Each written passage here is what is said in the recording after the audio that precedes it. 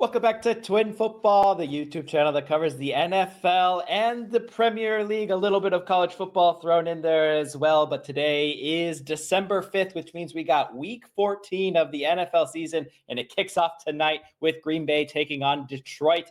But a great festive period in the Premier League has games today, thrilling Bournemouth win, and games coming on the weekend as well. So we will be giving you our picks and predictions for the EPL tomorrow. So come back and join us. But thank you for joining us today. We got Jacob.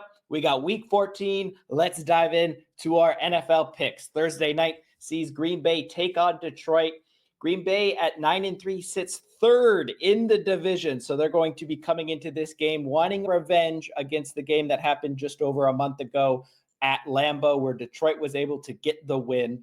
Detroit looking, on the other hand, to clinch a playoff berth and stay one game ahead or go two games ahead of the Vikings in their division and hope to hold on to the number one seed in the NFC when doing so. But I have Green Bay upsetting Detroit in this game, and I'll tell you why. Because last time at Lambeau Field, Josh Jacobs and that offense started so well that you expected them at halftime to even have a lead. They missed a field goal. Detroit was able to get 2 fourth down conversions that actually resulted in 2 touchdowns on those fourth down conversion plays. Green Bay missed a field goal on top of all of that. They threw a pick 6 at the end of the half, which resulted in a 24-6 halftime score when really Green Bay was the dominant team in that first half. Green Bay, if they lose this game, falls 3 games back in the loss column from Detroit. So this is their last chance for the division. So give me Green Bay to go in tonight into Ford Field and get a win over the Lions and snap their 10-game winning streak. What a game to start the week. Sometimes we don't get the best Thursday night matchup, but this one's going to be amazing. I can't wait to watch that game in a few hours. I think I got Lions there slightly, but divisional matchups, it's hard to pick. The Packers are going to need to win this game. I like where your head's at also. Next up, we got a much less exciting matchup. We got the Jaguars taking on the Titans. The Jaguars are coming off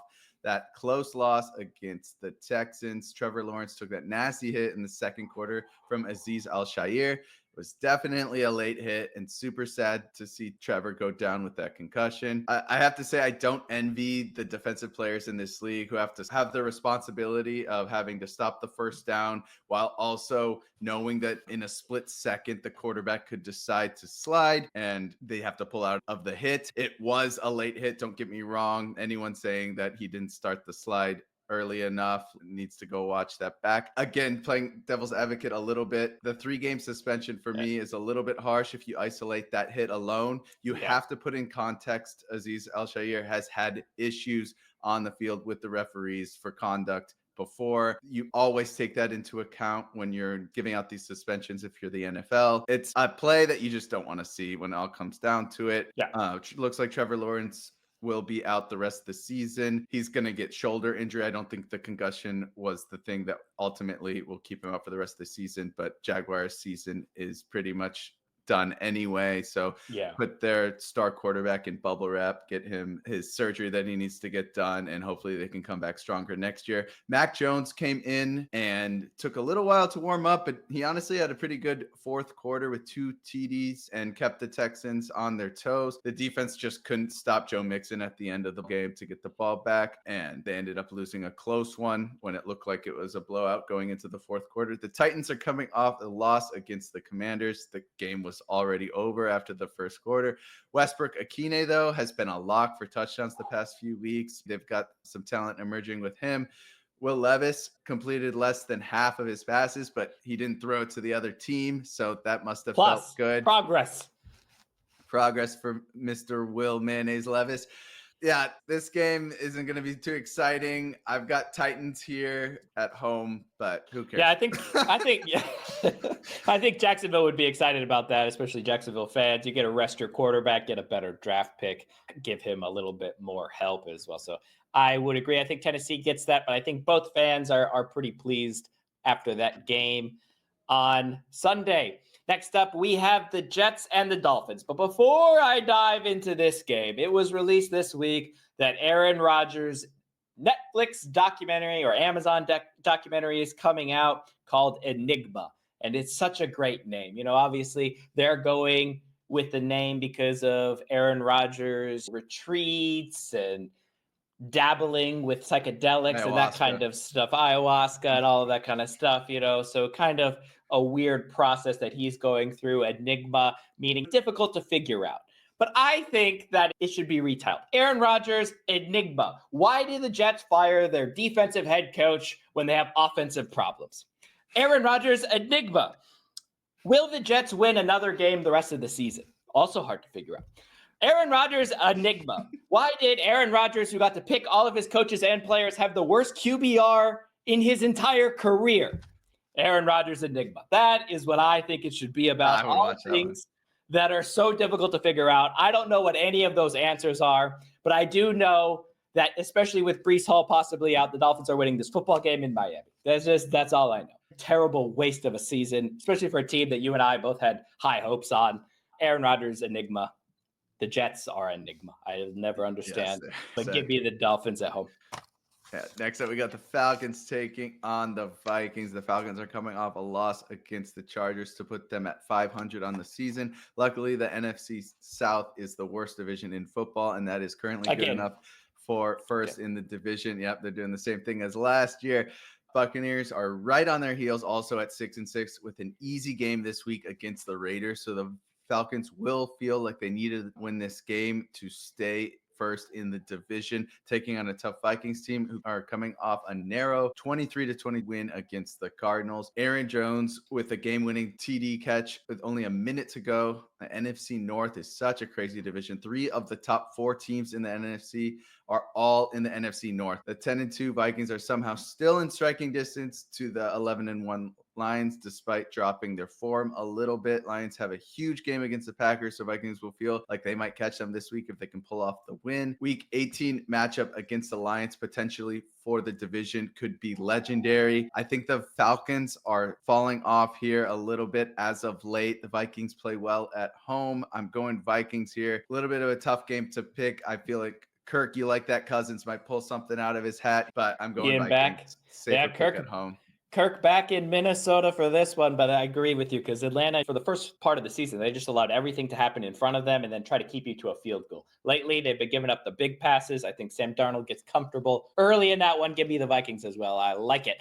New Orleans taking on the Giants at MetLife. Another one of those games where both of these teams probably just want the season to be over. It's going to be cold, 20 to 30 degrees there. We'll see how much snow from this cold front that's been sweeping the eastern side of the United States, how much snow gets dropped in this one. Taysom Hill is out. I think that hurts the Saints rushing game, but I still think they have enough with Alvin Kamara and Derek Carr to go into MetLife and get a win, where the Giants, to be honest with you, just do not perform well at home, no matter really who the quarterback is. So give me the Saints in that one. It's a win for the Giants. They got rid of Daniel Jones. Now they can start to rebuild next year. They just got to get through the rest of this season without losing too many other players. Next up, we got the Panthers taking on the Eagles. The Panthers are coming off a super tough loss against the Bucks in overtime. They thought they won the game with an Adam Thielen touchdown with only 30 seconds to go.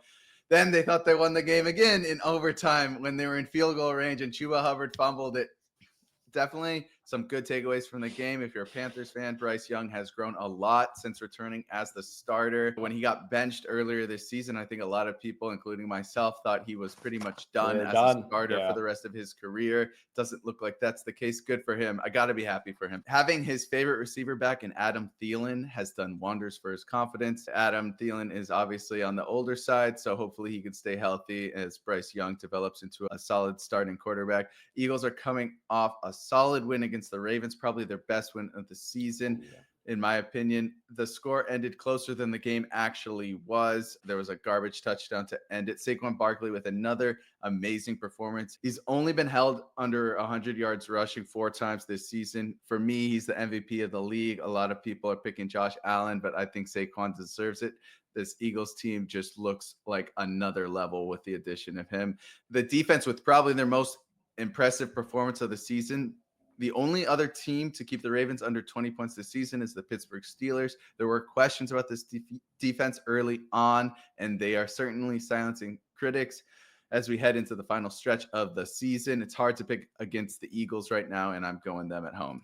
Yeah. Saquon Barkley trying to get that rushing record and become an MVP for the first time in his career. A game that always is about the rushing yards is a game involving the Pittsburgh Steelers. We said it a couple of weeks ago.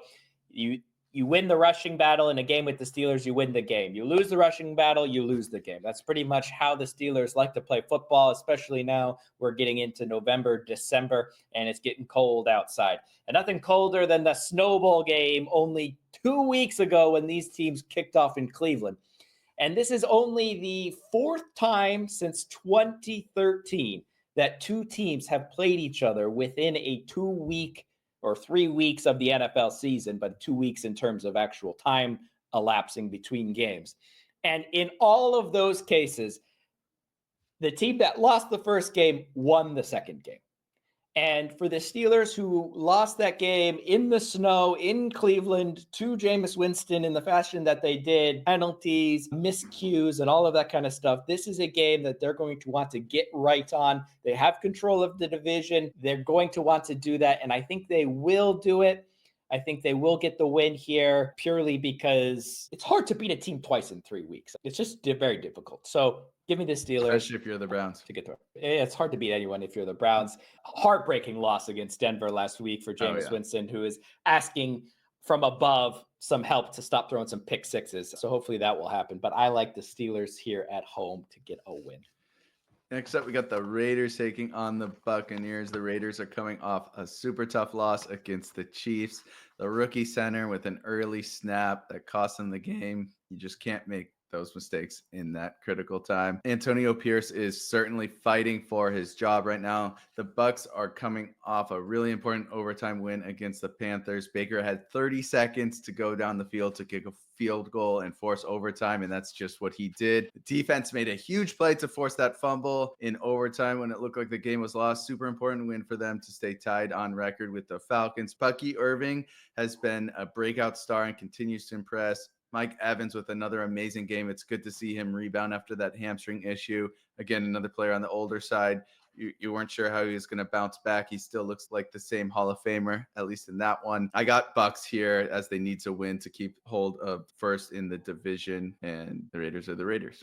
Yeah, the Raiders are the Raiders, a team also just wanting the season to end. Seahawks versus the Cardinals, another one of those games where both of these teams have played each other within 3 weeks. Last time out, Kyler Murray and the Cardinals were coming off a great win and a bye, went up to Seattle and had a terrible performance in a loss. Seattle won that game as part of their 3-game win streak that they are currently on. But I want to take you back to last year when the Chiefs played the Broncos in a 3-game stretch. One of the other times that this has happened. The Chiefs won at home at Arrowhead, then traveled up to Mile High to take on the Denver Broncos, and they turned the ball over 5 times. So if there is a quarterback at a team that I don't trust in a close period of time to go on the road and not turn the ball over, it wouldn't be the Seahawks. So I'm expecting turnovers in this one. That defense from the Cardinals, we know can get after the quarterback and create these good plays. We've seen it week in, week out this season. So give me the Cardinals to get some turnovers. Marvin Harrison and Kyler Murray have been improving and getting a little bit more consistent. Good performance last week. I'm hoping to carry that on despite Call of Duty being out now for 3 weeks and Kyler Murray, we'll see. But give me the Cardinals to get a win at home. Should be a good one. Important division matchup there. Next up, we got the Bills taking on the Rams. The Bills are coming off a huge win against the 49ers.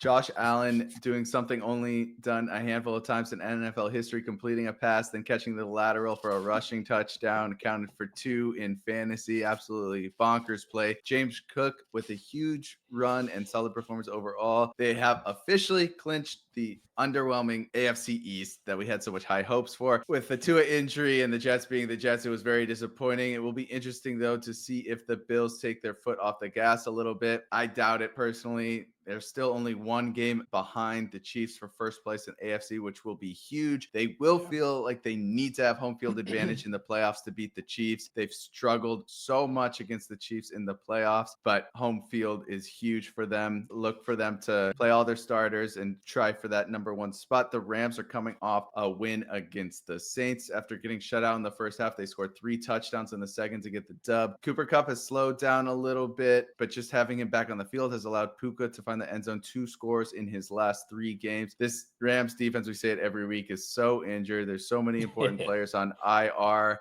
If they could be a little bit healthier on their defense, I would think a little bit harder about this matchup, but I got Bills taking it on the road here. Yeah, that's a great point. Only one game back from Kansas City. Plus, they have the tiebreaker over Kansas City, having beaten them this year. So, definitely going to want to vie for a home field game against the Chiefs again. The Chicago Bears will travel to San Francisco, who look to keep pace, especially if Arizona is able to win against Seattle. This will allow San Francisco a little window back into the race for the division. And they welcome Caleb Williams, who's been up and down, but been doing better over the last couple of weeks. But San Francisco on the offensive side of the ball is getting more and more injured. The good thing for them is on the defensive side of the ball, Nick Bosa might be back this week.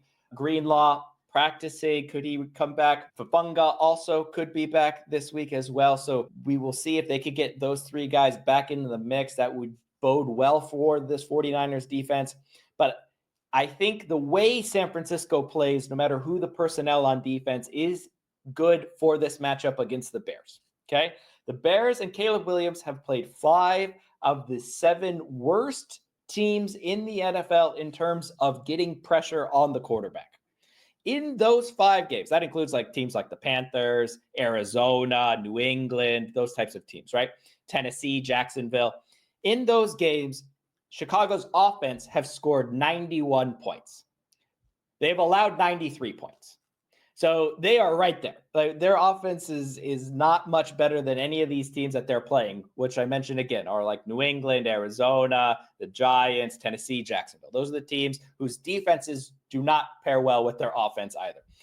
And that is because, in my opinion, when you watch Caleb Williams, he takes a lot of coverage sacks. If you rush 4, you don't blitz, you keep more people in the secondary, you make those windows a little bit tighter for him to throw. It forces him into turnovers, into tip balls, into bad throws. So San Francisco doesn't like to blitz. They're in the bottom half in terms of pressure rate. Yes, you have Nick Bosa, which maybe would help a little bit in those scenarios, but I think that will be enough to force Caleb Williams into a bad first half, which the Bears have been having over the last couple of games, give the Niners the lead, leaning on that run game, no matter really who's in. If they're running behind Trent Williams, they will get yardage. They will hold the ball. Brock Purdy's not going to turn the ball over. San Francisco can eat up the clock, keep a lead. And so I like San Francisco at home over the Bears. Yeah, the tail of the Niners season have been get a few players back and then lose a couple more. Losing McCaffrey and Jordan Mason is just this season has been insane for them. They've had so many injuries. Hopefully Grando picks up the slack there. I think the Bears have seen enough from Caleb to be confident going into next season that he's definitely their QB1 and to ride him out to see if he can be their franchise quarterback. They got their coaching situation under control, finally firing Matt Eberflus. Yeah, I like Niners in this one. Yeah, maybe a coaching bounce, our favorite term here on Twin Football, but I think San Francisco will have too much for them. Yeah. Next up, we got the Chargers taking on the Chiefs. The Chargers are coming out of that win against the Falcons that we talked about. Losing J.K. Dobbins against the Ravens to injury really hurt their offense, but they managed the win. 8 wins through 12 games puts them in a solid spot to get a wild card spot. Realistically, they might only need to win one of their remaining 5 games to make the playoffs. They're kind of just playing for a better seed now. It's pretty inevitable that they will get that wild card spot. Winning this game will give them some hope, obviously, for a chance at the division, but I really don't see the Chiefs losing enough for them to do that. The Chiefs are coming off a narrow victory against the Raiders when it looked like they were going to lose. Another game, the theme of the season is the Chiefs keep getting away with it. Cue the Walter White meme. They might be one of the most underwhelming 11-1 teams I've ever watched, but they keep on winning. So it's hard to criticize them too much. Pacheco returned for the first time since week 2 with a light workload. That'll be huge for that offense to get him ramped up to full throttle as we approach the playoffs. I expect Kareem Hunt to still get some touches, but Pacheco is undoubtedly the RB1 going forward. Chiefs fans have to be super happy about that. I do have the Chiefs winning this one, but this is a super exciting matchup. I can see it going either way. Yeah. All the Chiefs games are always close, especially when you throw in a division matchup. like that one. Monday night sees the Bengals take on the Cowboys. And if I told you, Jacob, that a team won the turnover margin by 2, including a pick 6, they had 0 sacks allowed on offense. They had a 50% third down efficiency, getting that first down from a third down 50% of the time. They were at home. They're playing a backup / third string quarterback, depending on how you look at it. You think they would have dominated that game, right? You thought, oh, this is easy, ran away with it, all that kind of stuff. No, they won by 7. And the team I'm talking about is the Cowboys over the Giants. And last week, I picked the Giants to run all over the Cowboys. Tracy did get in the end zone for me, so thank you. But Dallas won by 7. I was just glad to have a good Thanksgiving game when I thought it was going to be a bad one. Yeah. Well, yeah, there you go. And this one is going to be a bad one. And the reason why is because the Bengals are going to score a gazillion points. Yes, their defense is terrible, and they allow more than 25 points to anyone who's competent of a football team. But Dallas isn't a competent football team. So therefore, the Bengals are going to win. And that's all I got to say about that. And there you have it. All 13 picks from us at Twin Football. We missed a couple games last week, which had us drop in the rankings, but 13-4-13 shall move us up nicely. So go ahead and get your picks in on ESPN. Join our Twin Football group and pick along with us as we approach the end of the NFL season, gearing up for the playoffs. We have the festive EPL fixture list coming up as well. Club World Cup draw came out today, 2025 in the U.S. Some interesting matchups. Boca Bayern, one that caught my eye. But get your picks in. Come back and join us for the EPL picks and predictions tomorrow, and enjoy the football.